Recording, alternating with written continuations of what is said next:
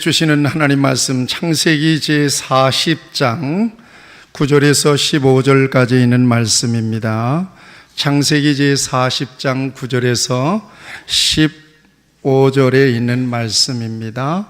창세기 제40장 9절에서 15절에 있는 말씀을 제가 봉독하겠습니다. 9절에서 15절 말씀, 하나님 말씀을 봉독할 때 하나님께서 여러분들에게 귀한 은혜 주시기를 바랍니다. 술 맡은 관원장이 그의 꿈을 요셉에게 말하여 이르되 내가 꿈에 보니 내 앞에 포도나무가 있는데 그 나무에 세 가지가 있고 싹이 나서 꽃이 피고 포도송이가 익었고 내 손에 바로의 잔이 있기로 내가 포도를 따서 그 즙을 바로의 잔에 짜서 그 잔을 바로의 손에 들였노라. 요셉이 그에게 이르되 그 해석이 이러하니 세 가지는 사흘이라. 지금부터 사흘 안에 바로가 당신의 머리를 들고 당신의 전직을 회복시키리니 당신이 그 전에 술 맡은 자가 되었을 때에 하던 것 같이 바로의 잔을 그의 손에 들이게 되리이다. 당신이 잘 되시거든 나를 생각하고 내게 은혜를 베풀어서 내 사정을 바로에게 아뢰어 이 집에서 나를 건져 주소서.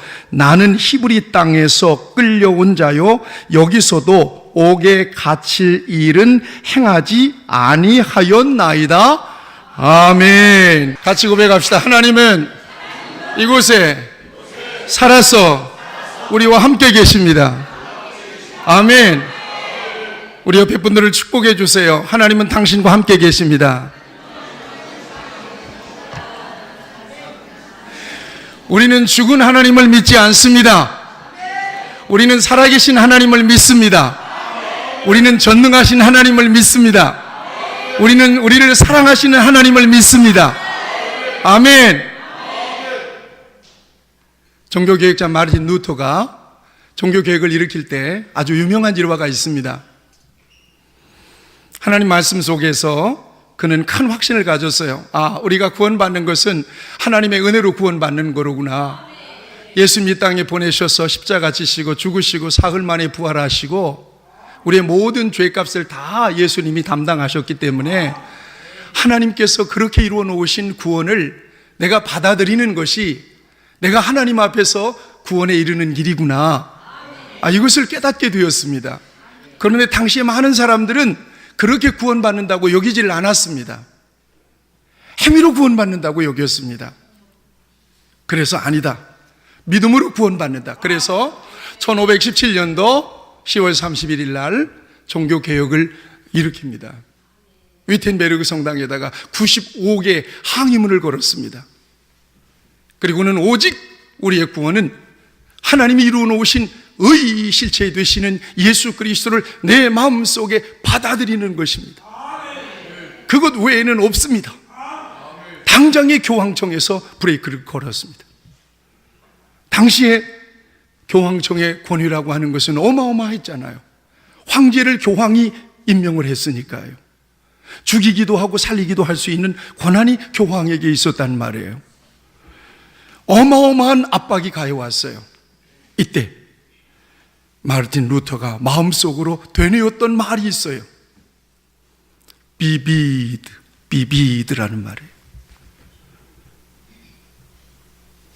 마음속에 다짐하고 마음속으로 계속 고백하고 앉아있을 때는 책상에다가 손가락으로 비비드 썼다는 얘기. 같이 하시죠. 하나님은 살아계신다. 아멘. 비비드라고 하는 말은 그는 살아계시다라고 하는 말이에요. 하나님은 살아계십니다. 하나님은 이곳에 우리와 지금 같이 계심을 믿습니다. 유명한 이어령 교수님이 74살 때 예수를 믿게 되고 세례를 받았어요. 근데 그분의 이야기를 들어보면 젊은 날에 예수님을 하나님을 믿어보려고 했대요. 그런데 자꾸 의심이 생기는 거예요. 어떻게 오병이어로 5,000명을 먹일 수 있을까? 우리가 흔히 그런 의심들을 많이 갖잖아요. 그 의심이 의심을 더해줘서 하나님을 부정했다는 거예요. 그리고 하나님을 부정하는 글을 쓰기도 하고, 그리고는 방황했는데 그가 결정적으로 예수님을 믿게 되고 하나님을 받아들이게 된 간증이 있어요. 그의 딸, 유명한 이민아 목사님이 심각한 안질이 걸렸어요. 미국에서는 실명이 거의 80, 90% 실명한다. 그래서 한국으로 불렀대요. 그런데 이 이민아 목사님이 당시에 변호사였죠. 병원에 가서 진단받고 와서 병원 치료를 받지 않고 하나님 앞에 고쳐달라고 기도를 하더라는 거예요.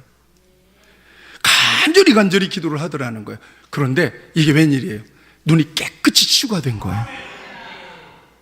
와. 그 다음에 그 사랑하는 손자가 있었대요. 이민아 목사의 아들인데요. 정서불안 때문에 고통을 겪고 있는데 아무리 고치려고 해도 안 되는 거예요.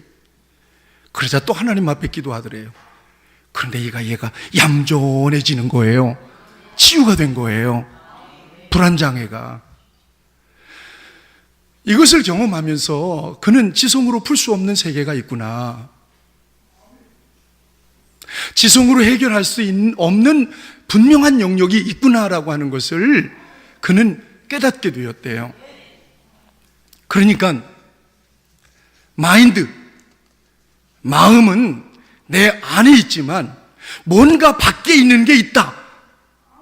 이게 뭐냐? 스피릿이라는 거예요. 영이라는 거예요. 밖에 있는 영.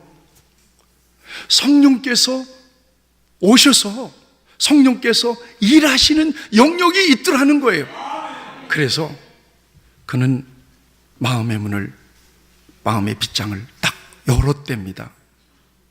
그런데 그게 전부가 아니에요. 일본에 혼자 가가지고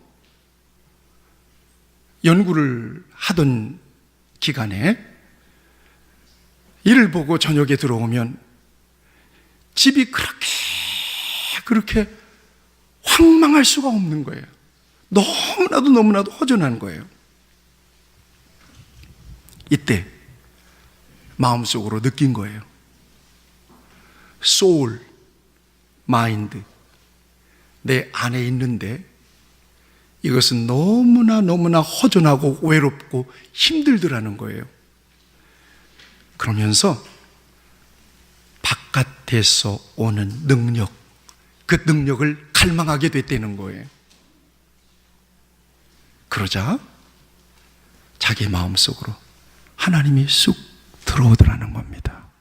여러분, 마음을 여시기를 바랍니다. 그러면서 그는 이런 시 한 편을 썼어요. 그때 쓴 시가 어느 무신론자의 기도라고 하는 시예요. 이렇게 그는 마지막 시 한 줄을 씁니다. 사람들의 가슴 속을 풍금처럼 울리게 하는 아름다운 시 한 줄을 쓸 수 있도록 허락해 주시겠습니까? 드디어 하나님과 인격적인 관계가 열리게 되는 그 순간을 경험하게 되는 거죠. 사랑하는 여러분, 하나님은 살아계십니다. 하나님은 저와 여러분들을 부르셨고 저와 여러분들을 통해서 영광 받으시기를 기뻐하십니다. 그런데 성령 강림주일 지날 주일이 지나고 그 다음에 오늘 주일이 굉장히 중요하잖아요. 근데 오늘은 제가 말씀을 묵상하는 가운데 하나님 어떤 말씀을 전해야 될까요? 그런데 사도행전 2장 42절 47절 교회가 일어날 때 성령 강림 이후에 오순절 이후에 어떤 일들이 일어났는지 이 부분에 대해서 교회론을 설교하면 좋겠다라는 마음을 딱 갖고 있었어요, 주초에. 그런데 새벽에 기도하는데 세상에 어떤 한 장면이 확 떠오르는 거예요, 저에게. 제가 지금 성경을 듣고 있거든요. 빠른 성경으로 성경을 계속 듣고 있는데 바로 오늘 읽은 이 본문 말씀이에요. 이 말씀 가운데서 특별히 오늘 이 말씀의 제목이 되고 있는 지금부터 사흘 안에라는 말이에요. 같이 합시다. 지금부터 사흘 안에. 강력한 도전이 저에게 왔어요. 그러면서 바로 이것이 하나님이 하시는 일인데, 너 이 같은 하나님이 하시는 일을 정말 실제로 믿고 있느냐? 또 하나의 장면이 확 스쳐가는데, 어떤 장면인가 하면 이 장면하고 또 하나의 장면이에요. 바울이 죄수로 잡혀가지고 로마로 가잖아요. 아드라무떼노라고 하는 배를 타고 죄수들 276명과 함께, 사람들 276명과 함께 한 배를 타고 가다가 큰 풍랑을 만나잖아요. 유라굴로라고 하는 큰 풍랑을 만나요. 그냥 다 죽는 상황입니다. 무려 열나흘 동안 풍랑이 잠잠하지 않는 거예요. 그냥 다 죽어가는 거예요. 그래서 배에 있는 모든 음식 다 버리고 다 버리잖아요. 이젠 거의 다 죽었다, 우리는 이제. 그냥 여러분 생각해 보세요. 바다 한가운데서 캄캄한 흑암이 끼고 그냥 비가 오고 파도는 집채만한 파도들이 그냥 너울거릴 때 거기에 276명이 타고 있단 말이에요. 그런데 거기에 바울이 있어요. 바울이 말이에요, 다 죽었다고 절망하면서 배에 있는 모든 것들을 전부 다 버려. 이거 이제 몸만 있으면 되는, 이런 상황 속에서 바울이 딱 일어나서 여러분 안 죽습니다라고 얘기하는 거예요. 어젯밤에 주님께서 내 꿈에 나타나셔서 안 죽는다고 했습니다. 여러분 안 죽는다고 했습니다. 네가 반드시 가이사 앞에 서가지고, 시저 앞에 서가지고 복음을 전해야 될 사람이라고 말씀했습니다. 여러분 안심하십시오 막 그러잖아요. 그러면서 여러분 먹으세요. 빨리 먹으세요. 절대로 죽을 일이 없습니다. 분명히 어제 저녁에 주님께서 내 꿈속에서 나타나셔서 그렇게 틀림없이 말씀하셨습니다. 먹으세요.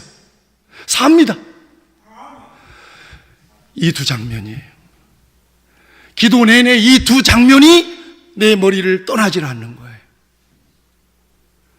지금부터 사흘 안에 다 죽어간다고 하는 상황 속에서, 아니다, 하나님이 산다고 했어요. 내게 분명히 말씀했어요. 이 장면이에요. 그러면서 강력한 도전이 되는 것은, 도대체 믿음이라는 게 뭐냐? 마음 하나 위로받겠다고 믿는 거냐? 세상에서 좀 잘 먹고 잘 산다고, 잘 살라고 그냥 이렇게 의지하는 것이 믿음이냐? 우리가 아는 것처럼 기독교는 종교가 아닙니다. 기독교는 살아계신 하나님과 관계하는 겁니다. 아멘입니까? 하나님께 모든 것들을 맡겨드리고 인생의 모든 위기들을 살아계신, 우리와 함께 계시는, 우리를 너무나 잘 아시는 하나님을 의지해서 해결하면서 가는 것이 바로 죽음의 문제까지, 영생의 문제까지, 이것이 우리의 신앙이란 말이에요. 그런데 너 종교 생활하고 있지 않느냐? 특별히 저에 대해서는, 목사님 어떡할까요? 기도해 봅시다. 분명하게 성도들에게 답을 줘야지. 지금부터 사흘 안에, 아닙니다, 삽니다, 절대로 죽지 않습니다, 이런 확답을 줄 수 있어야 되는 자리에서 네가 정말 그럴 수 있느냐는 거예요. 두루뭉술하게 하나님이 생각에는 그럴 것 같은데요, 이게 아니라는 거예요.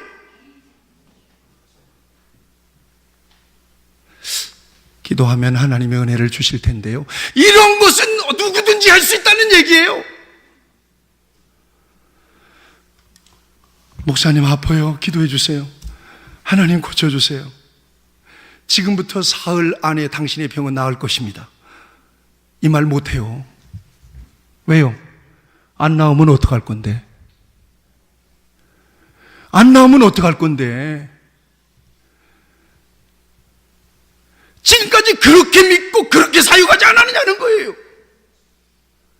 뭔가 확실한 것이 오지 않으면 지금부터 사흘 후에라고 하는 말을 감히 할 수가 없는 거예요.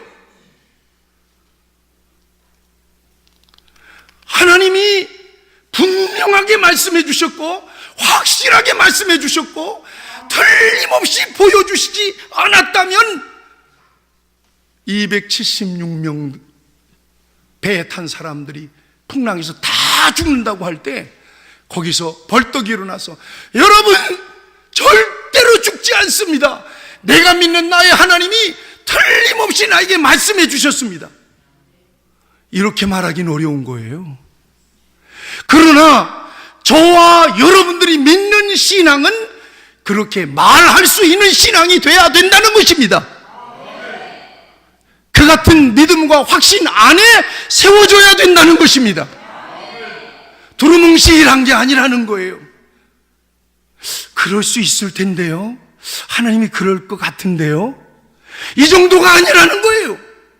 그 신앙에서 벗어나지 않으면 우리는 막연하게 마치 안개 낀 거리와 같이 하나님이 계시는 것 같기도 하고 안 계시는 것 같기도 하고 그렇게 신앙생활 하다가 끝날 수 있다는 거예요. 하나님이 나에게 주시는 확실한 은혜를 경험해 보지도 못하고 구원마저도 믿으면 구원받는다고 했는데 내가 구원받았을까 못 받았을까?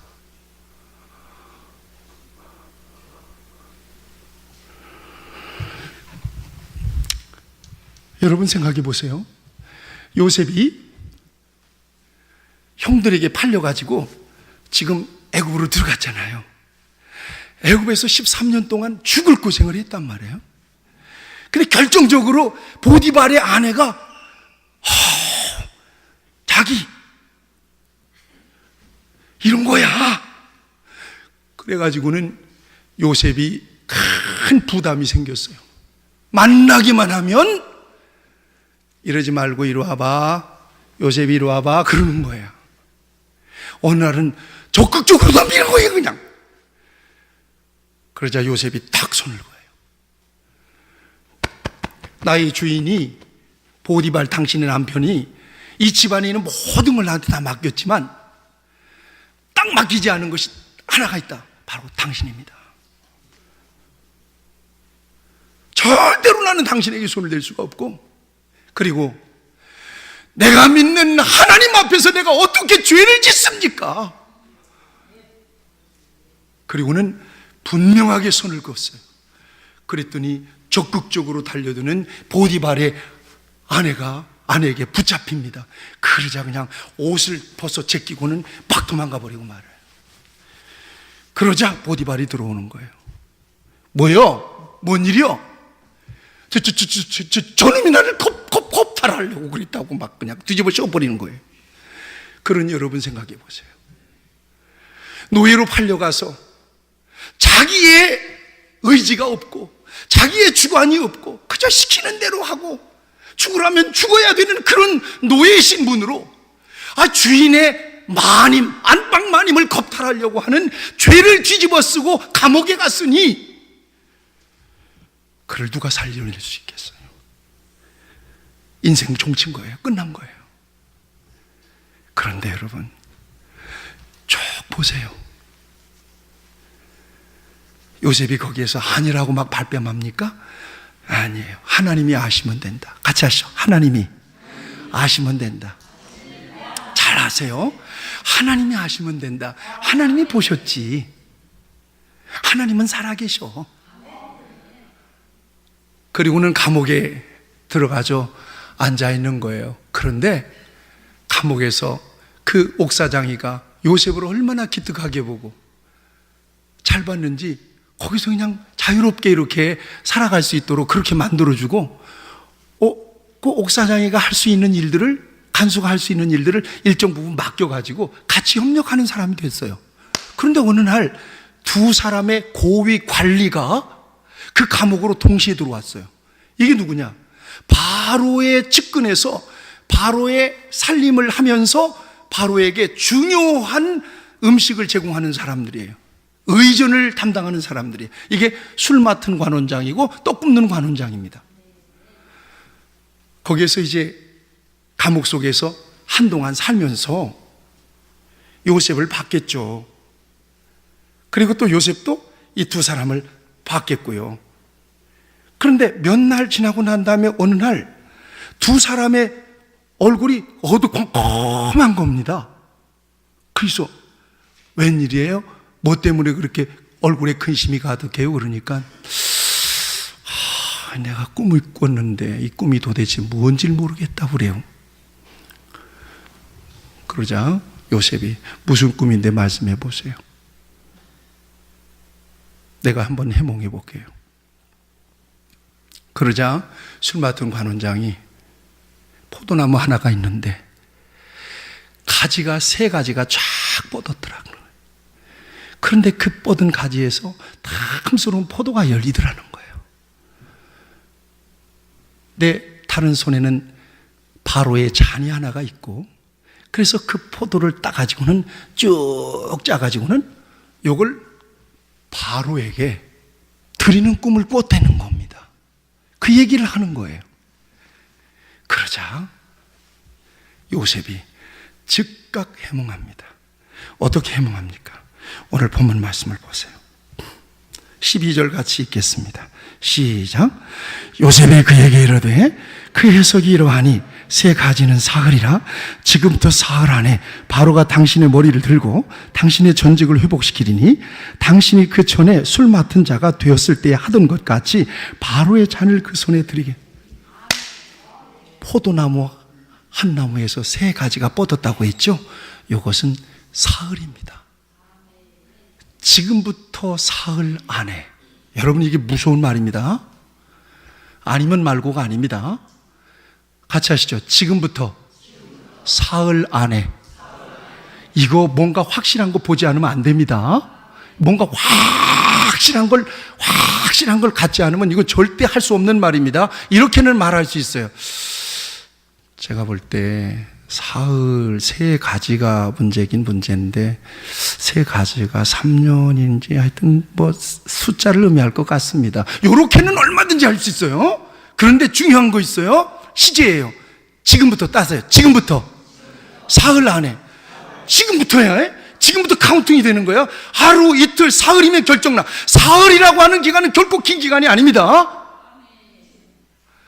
분명하게 하나님께로부터 분명한 메시지를 받거나 하나님의 어떤 그 영감을 통해서 뭔가 지각이 확 열려서 그 꿈이 하나님으로 말미암아 계시적인 의미가 있다는 사실이 확, 이건 절대로 틀릴 수 없는 해석이다. 이건 절대로 빗나갈 수 없는 해석이다. 이게 분명한 정답이 오지 않으면 감히 말할 수 없는 말이 지금부터 사흘 안에.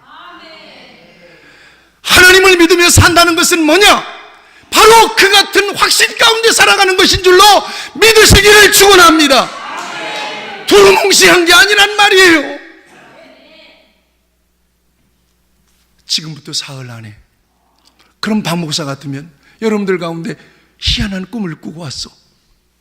목사님 꿈 꿨는데 가만히 있어 기도해 볼게요. 일단 기도해 볼게요 얘기할 거예요. 물론 기도해 볼게요 해놓고 기도 안 하는 경우들이 더 많지만은 나중에 목사님 기도해 보죠. 아, 그거요? 여러분, 우리의 믿음의 자리가 그럴 수 있다는 얘기입니다. 그런 면에서 이 지금부터 사흘 안에라고 하는 이 말이 나에게 강력한 도전이 온 거예요. 믿음은 바로 그런 거다. 살아계신 하나님은 그 모든 역사를 통제하시고 관리하신다. 말을 했으니 이제 복직 안 되면 어떡할 거야? 막연한 이야기는 못하는 거예요. 그 순간에 막연한 마음 같았으면 절대 지금부터 사흘 안에라는 말을 할 수가 없어요. 가만히 보니까 옆에 있는 한 사람이 떡 굽는 관원장인데, 이 사람은 바로에게 음식을 해가지고 대접하는 사람인데, 해몽을 너무 잘하는 거야? 복직된다고 그랬잖아요. 자기 꿈도 얘기하는 거야. 그러면 나도 똑같은 꿈을 꿨는데 내 꿈도 한번 해몽해봐. 얘기해 보세요. 내가 지금 광주 떡광주구리를 이구하고 있는데 그 위에 광주리 하나 또 있어. 거기에 구운 음식들, 떡들이 이렇게 있는데 이구하는데 세상에 이게 웬일이야? 새들이 와가지고는 이 위에서 그 위에 있는 바로의 떡을 다 집어먹고 콕콕 찍어 집어먹어버렸어. 이게 도대체 무슨 꿈이야? 그러는 거야. 그러자 요셉이 얘기합니다. 그 위에 오늘 본문 말씀을 한번 보시죠. 자, 성경을 한번 같이 보실까요? 19절 말씀. 18절 19절 시작. 요셉이 대답하여 이르되 그 해석은 이러하니 새 광주리는 사흘이라 지금부터 사흘 안에 바로가 당신의 머리를 들고 당신의 나무에 달리니 새들이 당신의 고기를 뜯어먹. 자, 새 광주리는 지금부터 사흘입니다. 당신 사흘 안에 목이 달아날 겁니다. 당신 사흘 안에, 지금부터 사흘 안에 당신 죽을 겁니다. 안 죽으면 어떡할 건데?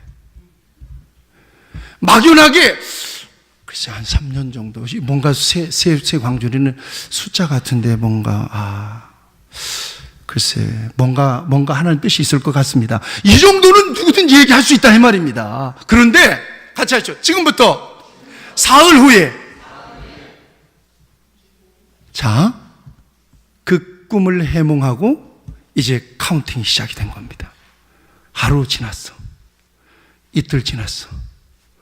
사흘째 되는 날, 놀랍게 바로의 궁에서 전갈이 오는 거예요.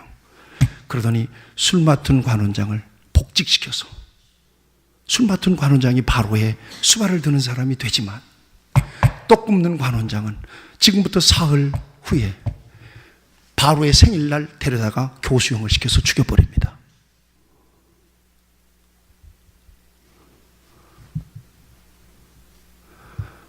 요셉의 마음과 그 정신과 그 모든 감각을 현실적으로 실제적으로 컨트롤하신 분이 바로 전능하신 하나님이심을 믿습니다. 우리의 믿음은 그 자리에서 이야기할 수 있습니다. 막연한 거, 이럴 거야 저럴 거야, 이게 아니라는 거예요. 지금부터 사흘 안에, 지금부터 사흘 후에, 결코 사흘이라고 하는 기간은 긴 기간이 아니에요. 말이 떨어짐과 동시에 카운팅이 돼서 사흘 만에 결과가 딱 드러나야 되는, 이건 목숨보다 강한 확신입니다. 이 확신을 가지고 하나님을 믿고 이 확신을 가지고 죄를 하고 있느냐 하는 것입니다. 그러면 요셉은 우리와 다른 사람이냐? 똑같은 사람입니다. 그도 하나님을 믿고 우리도 하나님을 믿습니다. 하나님은 다른 분이냐? 그렇지 않습니다. 요셉이 하나님은 나의 하나님이십니다. 요셉을 응답하신 하나님은 내 기도를 응답해 주신 하나님이십니다. 자, 우리가 하나님을 두려워하는 이유가, 하나님을 경외해야 되는 이유가, 하나님 앞에 기도해야 되는 이유가, 하나님의 응답을 받아야 되는 이유가, 하나님의 말씀을 믿고 나아가야 되는 이유가 여기에 있는 것입니다. 무슨 일이든 여러분 지금부터 사흘 안에라는 말을 장담할 수 있겠습니까? 지금부터 사흘 후에라고 하는 말을 여러분들이 감히 할 수 있겠습니까? 그러나 할 수 있어야 된다는 이야기. 그만큼 우리의 믿음은 하나님과의 관계 속에서 민감하게 깨어 있어야 된다는 이야기입니다. 그도 그럴 것이, 요셉이 어떻게 지금부터 사흘 안에라는 말을 확정적으로 할 수 있었고, 그 지금부터 사흘 안에라고 하는 말이 그대로 이루어질 수 있었느냐는 거예요. 요셉의 삶을 추적해 볼 필요가 있습니다. 그는 17살에 애굽으로 팔려갔어요. 13년 만에 30세 되던 해에 바로 애굽의 대총리가 됩니다. 바로의 바로 밑에 소열이 돼요. 억울할 일 아니겠어요? 형들에게 여러분 팔려갈 때 얼마나 원망스러웠겠어요. 그런데 보디발의 아내의 미혹을 받아서 감옥에 갔을 때 얼마나 절망스러웠겠어요. 그런데 요셉은 단 한 차례도 원망하지 않습니다. 단 한순간도 비관하지 않습니다. 왜 그런 줄 아세요? 그가 어디에 있든지 그 인생을 통제하시고 관리 감독하시고 주관하시는 분이 하나님이심을 믿었기 때문입니다. 할렐루야. 그는 언제나 하나님의 임재 안에 있었습니다. 하나님의 임재 안에 있었어요. 13년 만에 형제들을 만나죠. 애굽의 총리가 돼가지고 있는데 형제들이 음식 사러 오잖아요. 만났는데 형제들에게 뭐라 그래요? 나 요셉입니다. 그랬더니 형제들이 깜짝 놀라는 거예요. 그러자 형제들 앞에서 요셉이 이야기합니다. 두려워하지 마세요. 걱정하지 마세요. 형들이 나를 이곳에 팔았지만 하나님이 당신들이 이렇게 곤란하고 힘들 때 당신들을 구원하려고 나를 이곳에 먼저 보냈어요. 하나님이 나를 이곳에 먼저 보냈어요. 당신 나를 팔았다고 걱정하지 마세요. 야, 이거 여러분 순간순간 어떤 상황 속에서든지 하나님의 임재 안에 딱 그가 머물러 있지 않으면 절대 이런 얘기 못해. 같이 하시죠. 하나님의 임재 안에. 아멘. 그 다음에 또 하나 있어요. 하나님의 임재 안에 그가 있었을 뿐더러 하나님의 임재를 사모하고 기대하고 기다리는 그와 하나님이 함께 하셨습니다. 그래서 요셉의 삶에 계속해서 수식되는 하나의 말이, 같이 하시죠. 형통하였더라. 형통하였더라는 말이에요. 형통했다는 것은 잘 됐다는 거예요. 막힘이 없었다는 거예요. 그런데 그 능력으로 형통했는데 그렇지 않습니다. 그 앞에 하나님이 요셉과 함께 하심으로, 아멘. 하나님이 요셉과 함께 하셨어. 그가 형통했어요. 원망하지 않았어요. 그래서 어떤 환경 속에서라도 그는 하나님과 통하는 사람이었기 때문에 하나님께서 그에게 주시는 영감과 실제적인 하나님의 약속을 믿고 그렇게 말할 수 있고 그렇게 행동할 수도 있었던 사람이었다는 거예요. 사랑하는 여러분, 또 하나 있어요. 그는 어릴 때부터 꿈을 꾸었어요. 해와 달과 11별이 자기에게 절을 했다는 거예요. 자기의 볕단에 모든 12단들이 절을 했다는 거예요. 이 꿈이에요. 이 꿈, 이것은 하나님이 내게 비전을 주신 거고, 하나님은 지금 내가 고향의 아버지 편에 있든지 애굽에 이처럼 와서 있든지 하나님은 그 꿈을 반드시 이룰 거라고 하는 믿음을 가졌던 거예요. 이거예요. 그랬더니 낙심하지 않았고 그 같은 상황 속에서 하나님이 주시는 영감과 하나님이 주시는 확신과 하나님이 주시는 능력으로, 하나님이 주시는 지혜로 분명히 하나님이 하실 일을 그렇게 말할 수 있었던 거예요. 지금부터 사흘 안에 이 같은 확신과 믿음 안에 서는 저와 여러분 되시기를 축복합니다. 기도합시다. 사랑의 하나님 아버지, 오늘 우리의 믿음이 너무나 막연한 믿음은 아닙니까? 내 감정대로 믿고 내 의지대로 믿고 환경에 휘둘리는 믿음은 아닙니까? 하나님 원합니다. 요셉에게 주셨던 이 믿음 내게 주시고 확신 가운데 말하고 행하며 살게 하여 주시사 하나님의 뜻이 우리를 통하여 온전하게 이루어지게 하여 주옵소서. 예수님의 이름으로 기도하옵나이다. 아멘.